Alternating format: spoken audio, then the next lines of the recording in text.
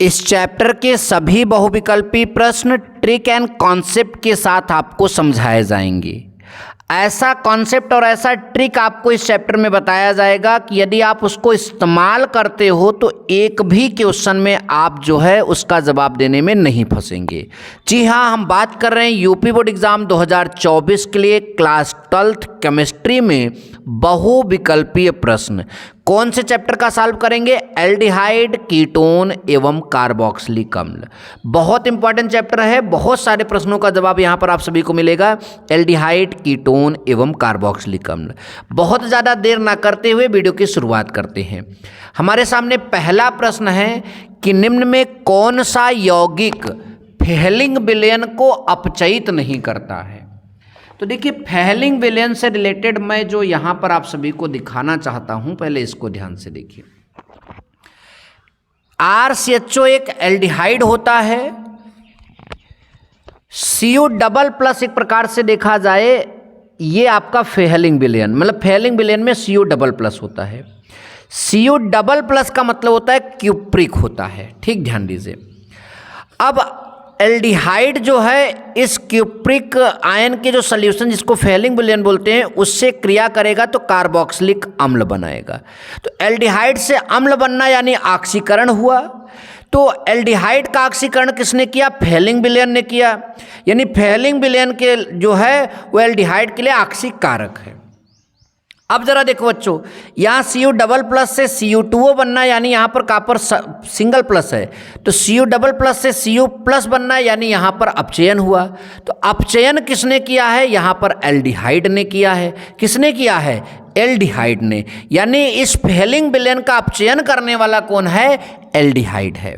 तो अब हम अपने ऑप्शन में देखेंगे कि एल्डिहाइड जो है वो तो इस फेलिंग विलयन को अपचयित कर देंगे। ऐसे कौन से ऑप्शन हैं जो इस फेलिंग विलयन को अपचयित नहीं करेंगे? तो बच्चों हमारे पास 4 ऑप्शन हैं। HCHO में CHO है, एल्डिहाइड है, तो वो तो फेलिंग विलयन को अपचयित कर देगा। CH3CHO में भी CHO है तो वो भी फेलिंग विलयन को अपचयित कर देगा। अब हम इन दोनों की बात करते हैं। इन दोनों में तो CHO है नहीं, फिर हम कैसे करेंगे? तो देखिए, CH3COOH का हम स्ट्रक्चर बनाएंगे। CH3 single bond C double bond O single bond OH, ये आपका हो गया।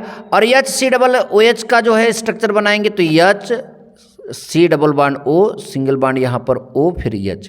तो देखिए, ये जो आपका एसिटिक अम्ल है CH3COOH, इसमें आपका इस एल्डिहाइड ग्रुप नहीं है, लेकिन इसकी बात करें जो आपका फार्मिक अम्ल है इसमें देखो HCHO, देखो सॉरी HCO यानी CHO।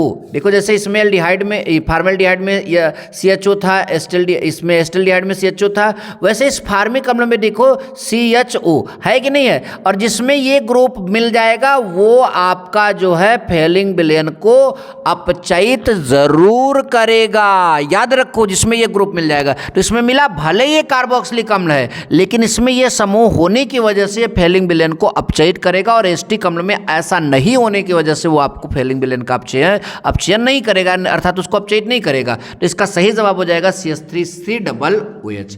आई होप कि आपको यह प्रश्न बहुत अच्छे से समझ में आया। नंबर नेक्स्ट आपका है कि निम्नलिखित मतलब वह अभिकर्मक जिसके साथ एसिटल्डिहाइड तथा एसीटोन दोनों आसानी से क्रिया करते हैं। आपका जो है एसिटल्डिहाइड भी और एसीटोन भी जो है दोनों आसानी से क्रिया करते हैं, तो ऐसा इसमें से कौन सा आपका जवाब सही होगा? फेलिंग विलयन की बात करें तो वो एल्डिहाइड से क्रिया करता है और कीटोन बिल्कुल भी वो सब क्रिया को नहीं देते। मैंने अभी आपको यहाँ बताना भूल गया, एरोमेटिक एल्डिहाइड फेलिंग विलयन से क्रिया नहीं करेंगे और कीटोन भी नहीं करेंगे। तो आपका जो है फेलिंग विलयन का तो यहाँ पर कॉन्सेप्ट नहीं आएगा, फेलिंग विलयन का कॉन्सेप्ट यहाँ पर आपका नहीं आएगा, ये बात ध्यान दीजिए।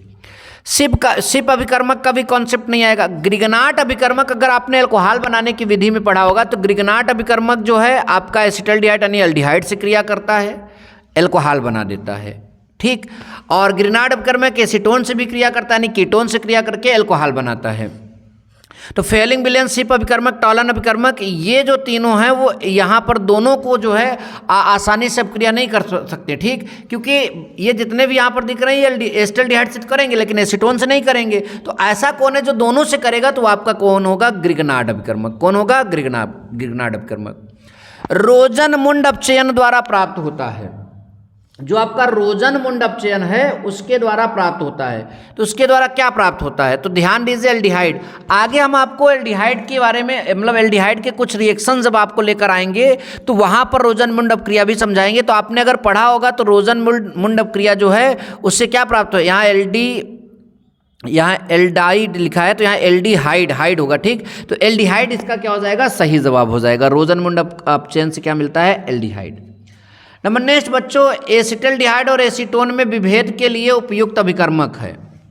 भैया एसिटल्डिहाइड और एसीटोन में विभेद के लिए लुकास अभिकर्मक जो है आप सभी को मालूम होना चाहिए कि ये अल्कोहल में विभेद के लिए है। हिंसबर्ग अभिकर्मक जो है ये शायद एमिनो के लिए यूज किया जाता है। तो यहाँ पर आपका जवाब कौन सा सही होगा, यहाँ पर जवाब सही होगा सिप अभिक्रिया। यहाँ पर जो सिप यहाँ अभिक्रिया लिखा है जबकि सिप अभिकर्मक होगा, इसका क्या बन जाएगा, सही जवाब। तो सिप अभिकर्मक जो है इसका क्या हो जाएगा, सही जवाब बन जाएगा। क्या बन जाएगा, सही जवाब, ठीक। नंबर नेक्स्ट बात करते हैं तो आपका अगला है एसिटिक अम्ल की क्रिया डाइएजोमेथेन से कराने पर बनने वाला यौगिक। जो एसिटिक अम्ल की क्रिया है, एसिटिक अम्ल की क्रिया डाइएजोमेथेन से कराने पर जो बनेगा यौगिक वो आपका क्या होगा। देखो बच्चों यहाँ पर हमने एसिटिक अम्ल ले लिया है और ये डाइएजो मतलब कि आपका क्या है, डाइएजोमेथेन हमने यहाँ पर ले लिया। एजो मतलब 2 नाइट्रोजन ले लोगे तो ये एजो हो जाएगा, 2 हाइड्रोजन हटाकर आप 2 नाइट्रोजन यूज कर लोगे तो डाइएजोमेथेन हो जाएगा। अब देखिए यहाँ पर ये हाइड्रोजन इससे रिएक्ट करेगा तो CH3 और ये आपका CH3COO। तो CH3COO यानी मेथिल एसीटेट क्या बन रहा है, मेथिल एसीटेट, जो कि पहला ऑप्शन आपका क्या हो जाएगा, सही ऑप्शन हो जाएगा। नंबर नेक्स्ट है फेहलिंग विलयन का अपचयन नहीं करता है। फार्मिक अम्ल, देखो फार्मिक अम्ल का तो अभी हमने यहाँ पर आपको समझाया, ये फार्मिक अम्ल तो कर ही देगा। एसिटिक अम्ल जो है ये देखो इस बार जो है क्वेश्चन जो है शब्दों में लिखकर पूछ लिया है, सूत्र नहीं दिया है। तो ये एसिटिक अम्ल होता है, CH3COOH जो है एसिटिक अम्ल होता है। तो एसिटिक अम्ल जो है फेहलिंग विलयन का अपचयन नहीं करता है। एसिटिक अम्ल जो है फेहलिंग विलयन का अपचयन नहीं करता है। नंबर नेक्स्ट है कि बेंजल्डिहाइड से क्लोरीन गैस की क्रिया कराने पर देती है। मतलब बेंजल्डिहाइड जो है क्लोरीन गैस से जब क्रिया करती है तो वो क्या देती है, यहाँ पर हम सबको बताना है। तो याद रखिएगा बेंजोइल क्लोराइड देती है। क्या, बेंजोइल क्लोराइड। भाई बेंजल्डिहाइड से क्रिया करेंगे तो बेंजोइल क्लोराइड बनता है। क्या बनता है, बेंजोइल क्लोराइड, याद रखिएगा। नंबर नेक्स्ट बात करते हैं कि फार्मेलिन जो है जलीय विलयन, यहाँ जलीन लिखा है तो ये फार्मेलिन क्या हो जाएगा, जलीय विलयन।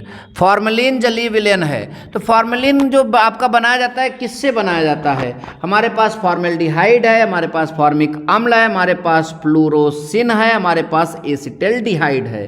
तो इसका कौन सा जवाब आपका सही हो जाएगा, तो जाहिर सी बात है फार्मेलिन है तो फार्मेल्डिहाइड से ही बनेगा। तो आपका ऑप्शन नंबर फर्स्ट सही हो जाएगा। नंबर नेक्स्ट, निम्न में कौन प्रबल अम्ल है। देखिए अम्ल की प्रबलता इस बात पर मतलब निर्भर करती है कि किसमें से हाइड्रोजन आसानी से निकलेगा। देखो इसमें से भी निकलेगा, इसमें से भी निकलेगा, इसमें से भी निकलेगा, इसमें से भी निकलेगा। यहाँ पर क्लोरीन है यानी क्लोरीन इलेक्ट्रॉन को अपनी ओर खींचने की कोशिश करेगा, ऋण विद्युती है। 2 क्लोरीन है तो ये पूरे इलेक्ट्रॉन इधर ज़्यादा शिफ्ट हो जाएंगे तेजी से, और इसमें 3 क्लोरीन है तो इसमें इलेक्ट्रॉन इधर ज़्यादा शिफ्ट हो जाएंगे तेजी से, ठीक। यानी इसमें जो है इलेक्ट्रॉन जब इधर चले जाएंगे तो अगर हाइड्रोजन से इलेक्ट्रॉन का साथ छूटता है तो वो H+ बनकर निकल जाते हैं। यानी ये वाला जो आपका अम्ल है सबसे प्रबल अम्ल है, यानी ट्राइक्लोरोएसिटिक अम्ल जो है आपका सबसे प्रबल अम्ल इसमें होगा। ये बात ध्यान दीजिए, ऐसे क्वेश्चन बहुत बार एग्जाम में पूछे गए हैं। नंबर नेक्स्ट है कि RCHO यानी एल्डिहाइड का टालन परीक्षण जो है, टालन परीक्षण पर क्या बनता है। तो बच्चों पहले टालन अभिकर्मक की बात करें, ये जो आपका सिल्वर नाइट्रेट का अमोनिया में विलयन है इसको टालन अभिकर्मक कहते हैं। ये किसी एल्डिहाइड से जब क्रिया करेगा तो वहाँ पर सिल्वर बनाएगा, जिसे हम रजत दर्पण भी बोलते हैं। क्या बनाता है, सिल्वर। तो यहाँ पर आपका क्या जवाब हो जाएगा, सिल्वर। एकदम याद करके जाइए, एग्जाम में ये क्वेश्चन बहुत बार पूछा भी गया है। नंबर नेक्स्ट क्वेश्चन है बच्चों, एसिटिक अम्ल को P2O5 के साथ गर्म करने पर निम्न में कौन सा यौगिक प्राप्त होता है। एसिटिक अम्ल को P2O5 के साथ गर्म करेंगे। तो भैया पहले आपको बता देते हैं P2O5 एक अच्छा निर्जलीकारक है। तो देखिए निर्जलीकारक हमेशा जल निकालने की कोशिश करेंगे। तो एक अम्ल का अणु यहाँ लिया, एक अम्ल का अणु यहाँ लिया, इससे H ले लो भैया, इससे OH ले लो, ठीक। तो H2O बाहर निकल जाएगा। अब आपका बचा क्या, CH3CO ये हो जाएगा, और इधर CH3CO कई बार हो गया भैया, 2 बार हो गया।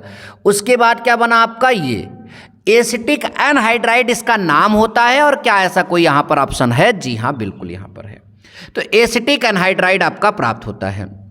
नंबर नेक्स्ट है कि बेंजल्डिहाइड का सल्फ्यूरिक अम्ल की उपस्थिति में नाइट्रीकरण करने पर क्या प्राप्त होता है?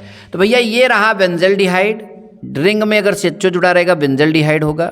नाइट्रिक अम्ल का सूत्र, वैसे तो आपका जो है नाइट्रिक अम्ल का सूत्र होता है HNO3, ठीक। लेकिन हम किसी भी अम्ल को जो है OH मतलब कि OH के रूप में लिख सकते हैं। जब एक O और H हट जाएगा तो NO2 यहाँ पर OH बनेगा। अब ये जो OH है वो यहाँ मेटा पोजीशन से हाइड्रोजन से रिएक्ट करके जल बनाकर क्या हो जाएगा, बाहर हो जाएगा, यानी जल बनाकर बाहर हो जाएगा। और यहाँ मेटा पोजीशन पर ये जाकर लग जाएगी, यानी मेटा बेंजल्डिहाइड यहाँ पर आपको मिलेगा। मेटा नाइट्रो तो रहेगा ही, मेटा नाइट्रो बेंजल्डिहाइड आपका क्या हो जाएगा, इसमें प्राप्त हो जाएगा। तो आई होप कि आपको यह भी प्रश्न बहुत बहुत अच्छे से समझ में आया। अच्छा बच्चों, अगला क्वेश्चन हमारा है, जब एसिटिक अम्ल को P2O5 के साथ गर्म किया जाता है तो निम्न में से कौन सा यौगिक प्राप्त होता है? ये क्वेश्चन मैंने अभी कराया, CH3CO का होल ट्वाइस O, यही आपका प्राप्त होगा। नेक्स्ट है कि कैनेजारो अभिक्रिया प्रदर्शित करता है। तो कैनेजारो अभिक्रिया कौन कौन प्रदर्शित करता है, ये आपको बताना चाहेंगे यहाँ पर। बच्चों आप सभी को मालूम होना चाहिए कि कैनेजारो अभिक्रिया जो होती है वो अल्फा रहित जो है एल्डिहाइड जो है इस रिएक्शन को देखते हैं। अल्फा रहित एल्डिहाइड जो है इस रिएक्शन को क्या कर, अल्फा रहित मतलब अल्फा हाइड्रोजन परमाणु रहित एल्डिहाइड जो है इस रिएक्शन को देते हैं। तो जिसमें CHO ग्रुप हो और उसमें अल्फा हाइड्रोजन ना हो। तो फार्मिक अम्ल में CHO ग्रुप होता है, मैंने अभी आपको समझाया, और उसमें अल्फा हाइड्रोजन भी नहीं होता। तो ये तो आपका जो है यहाँ पर जो है हमारा इस प्रश्न का जवाब देना है। तो यहाँ पर सॉरी, ये तो इस अम्ल हो जाएगा, हमको एल्डिहाइड की बात कर रहा है। तो एल्डिहाइड में आपका क्या आएगा, बेंजल्डिहाइड। इतना बस क्लियर कर रख लो कि कैनेजारो अभिक्रिया जो है केवल एल्डिहाइड देते हैं। तो एल्डिहाइड में आपका कौन सा जवाब सही हो जाएगा, बेंजल्डिहाइड। अब कैनेजारो अभिक्रिया द्वारा फॉर्मेल्डिहाइड बनाता है। तो देखो मैं ये रिएक्शन आपको यहाँ किताब से दिखाना चाहूँगा। देखिए फॉर्मेल्डिहाइड के 2 अणु ले लेते हैं, ये फॉर्मेल्डिहाइड का 2 अणु है, सांद्र NaOH के साथ जो है क्रिया करते हैं। तो यहाँ पर जो है आपका सोडियम फॉर्मेट बनता है और यहाँ पर जो है मेथिनॉल अर्थात मेथिल अल्कोहल बन जाता है, और यही कैनेजारो अभिक्रिया है। तो यहाँ पर मेथिल अल्कोहल का कोई ऑप्शन है? जी हाँ, अगर ऑप्शन है तो सही हो जाएगा। और फार्मेलिन जलीय विलयन किसका है? अभी हमने आपको बताया फॉर्मेल्डिहाइड का है। तो इस तरह से इतने प्रश्न इस वीडियो के माध्यम से आपको मिले हैं। अगर ये वीडियो अच्छा लगा हो तो वीडियो को लाइक और शेयर जरूर करें। मिलेंगे नेक्स्ट वीडियो में। Thank you so much. जय हिंद, वंदे मातरम।